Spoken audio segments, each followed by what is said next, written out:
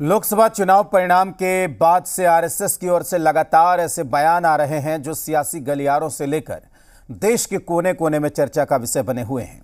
RSS के वरिष्ठ विचारक इंद्रेश कुमार ने लोकसभा चुनाव के नतीजों को लेकर बड़ा बयान दिया है। उन्होंने कहा कि राम भक्ति वालों को अहंकार आ गया है।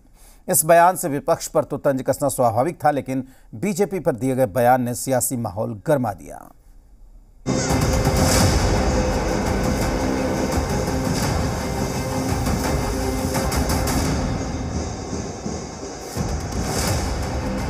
चौबीस के चुनाव में बीजेपी उम्मीद से बेहतर प्रदर्शन नहीं कर पाई।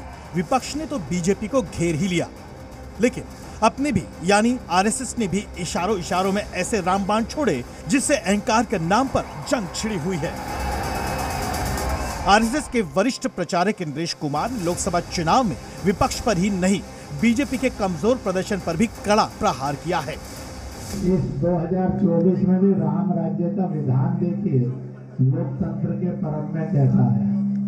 जिन्होंने राम की भक्ति की पर धीरे धीरे अहंकार आ गया, उस पार्टी को सबसे बड़ी पार्टी घोषित कर दिया।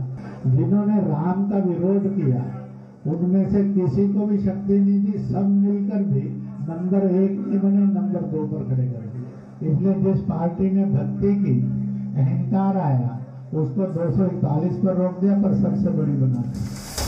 खास बात यह है कि संघ प्रमुख ने 10 जून को भी बीजेपी पर तंज कसा था। उन्होंने याद दिलाया था कि सच्चा सेवक अहंकारी नहीं होता। मर्यादा का पालन करके जो चलता है वो कर्म करता है, लेकिन कर्मों में लिप्त नहीं होता। उसमें अहंकार नहीं आता कि मैंने किया, और वही सेवक कहलाने का अधिकारी रहता है। हालांकि इस पर अब राजनीति भी शुरू हो गई है। अब बोलने से क्या फायदा, इंद्रेश जी हो या मोहन भागवत जी हो, कौन सुन रहा है? अब तो मोदी जी ने उनको अप्रासंगिक बना दिया है। लोकतंत्र में विचारों की ही लड़ाई है, और अगर आदरणीय इंद्रेश जी जिस बात को कह रहे हैं कि भारतीय जनता पार्टी में अहंकार और घमंड आ गया था, तो वो बात बिल्कुल सही है। जनता ने अहंकार को रोक दिया है, पूरी तरह से पराजित नहीं हुआ है। वो काम आरएसएस को करना पड़ेगा। विपक्ष भले ही बीजेपी पर तंज कसने के लिए आरएसएस के कंधों का इस्तेमाल कर रहा हो, लेकिन यूपी के कैबिनेट मंत्री बीजेपी के बचाव में आ गए हैं। अब उनका विचार है, अब उनके विचार से हैं, अब अलग अलग सबके विचार हैं। संत समाज भी अहंकार वाले बयान पर कह रहे हैं कि मामला कुछ और है।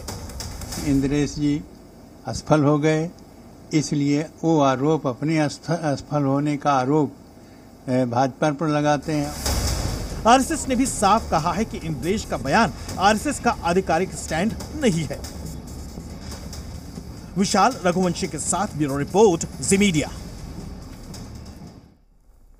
कल